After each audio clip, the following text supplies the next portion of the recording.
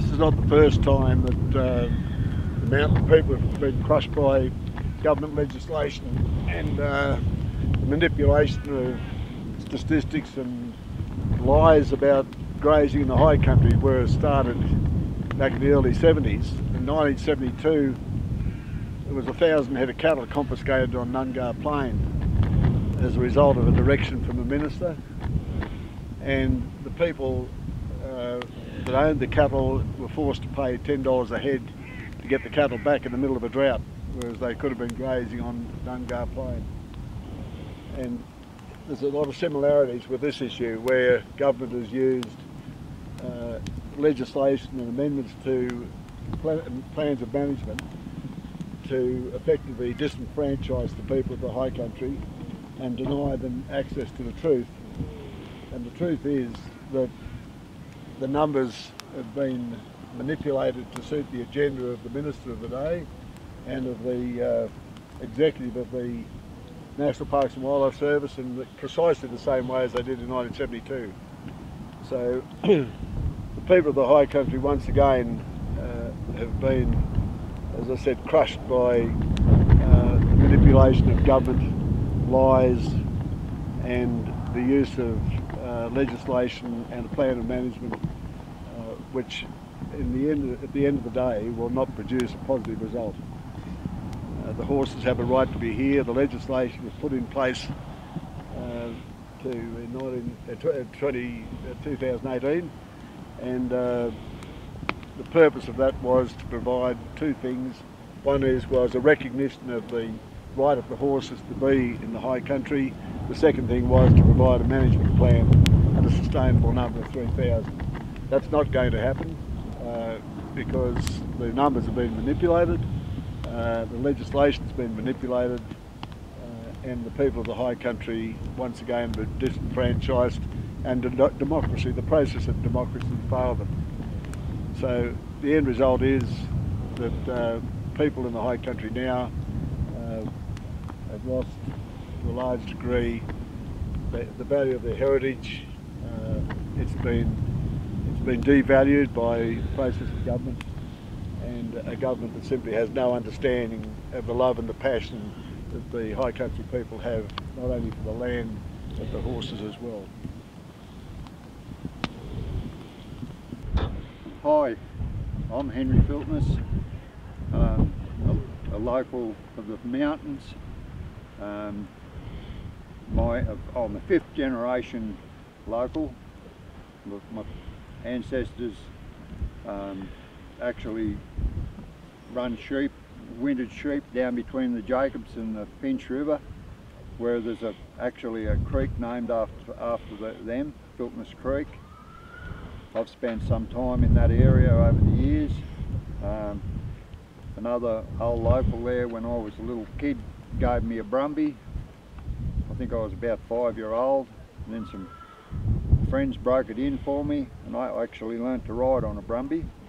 So I've been involved with them for 70 years now, and I've rode over a lot of country in the southern end in years gone by, and I've spent more recent times. I've spent more time in this northern end, observing things up here. We've taken Brumbies off the park for rehomed close to 100 horses now, and we've still got horse Brumbies at home, and the things have changed a lot since the grazing's gone. The fires, the build-up of fuel loads. It's just, yeah, it's going to be terrible. The next fire, it's going to, with all the dead timber and stuff, if they don't get in and do some preparation, it's going to actually cook the ground, I feel. Yes, there's a lot of controversy at the moment over the population of the horses in this high country here. It's anywhere between 14,000 and 23,000, I reckon. But myself and some of my friends ride a lot of this country up here, and we're yet to find all these horses. There's a lot of shot horses now in certain places, so and they've introduced or going to introduce helicopter shooting, so that's, I think that they'll nearly eliminate the horses from this high country. What for, I don't know, but anyway, that's as I see it, because we ride miles up here, and if you see 100 horses for a day, it's pretty good going. So where these thousands are, we're yet to see. My name's Mark Denley. I'm with the Snowy Mountains Bush Users Group. There's a lot of us today that have got together up here in the Kosciuszko National Park to try and move some brumbies out of the firing line of the aerial culling that parks are planning to do starting Monday. It's very important that some of these brumbies are kept so that we have these precious bloodlines, especially with Poster Boy and Seb up here that have been around. They're older stallions with their mobs, and they've been around quite a few years. Carol would have said about Poster Boy being a follower of the legend Paleface, and yeah, he's something that we really would like to keep up here.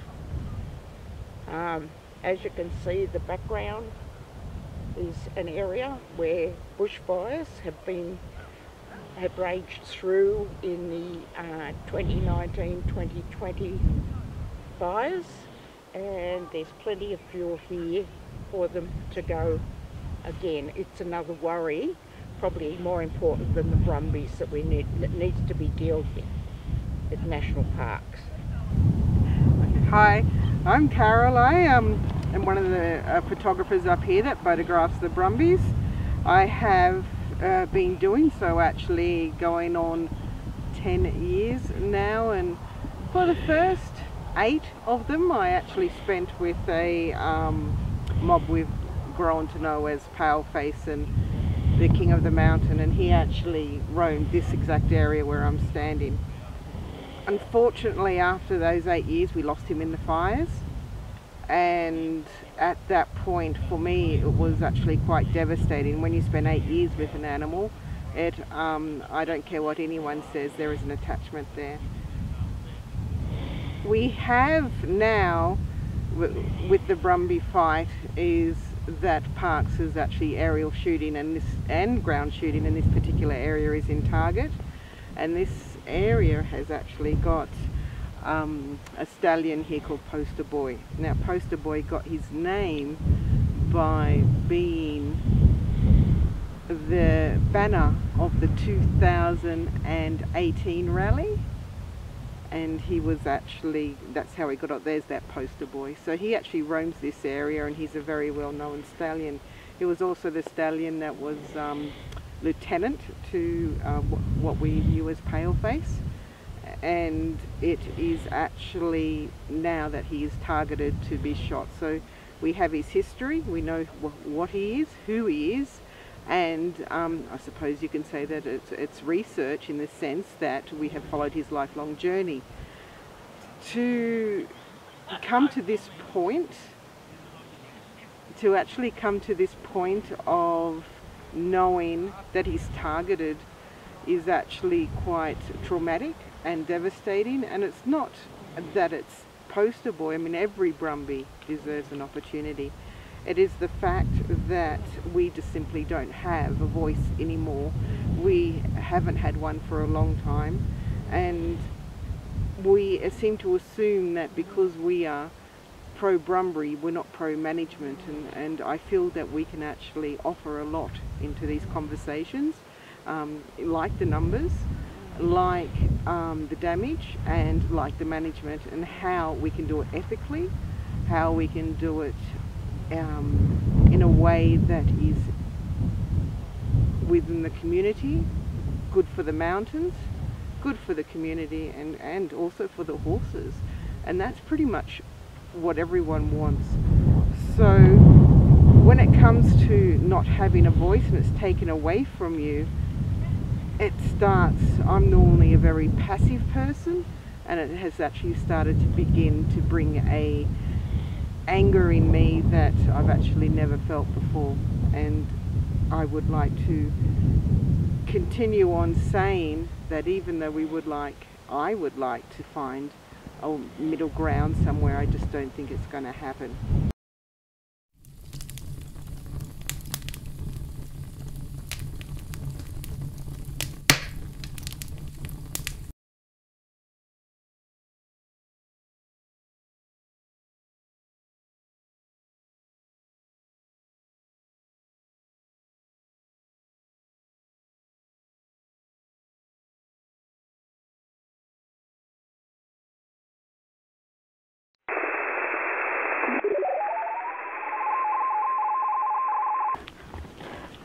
They went down in this gully and went down on the ridge. This follows the top of the ridge. This road? Yes. So at about 1.5 kilometres down, there's a plain. You can cut into that plain. Out on top of that hill out over there? Pretty much. It goes this way and it goes around, yes, and then you can swing down. But they're in the gully, just in between. I've heard them squeal what? Oh, just over in there? Yeah. But they're about 1 kilometre away. By the squeals, because they just had a squeal put. We need to be out down that way then. Correct. So this takes you that way. This stays on the ridge. Yeah, but are we going to be? Take you. But they've only got to see us, and they're going to be going that way. Correct. But that way's not so bad. It's that way we don't want them to go. Yeah, but if we poke out along this ridge, yes, they're going to see us and more than likely go that way. If you go that way, you're going to go quite deep down. Well, we'll see. Yeah. You see, so it's so this, and then it actually goes to a fork, and then like 2 kilometres, it's a fork. One goes 4 mile, one goes to Kyandra, the track.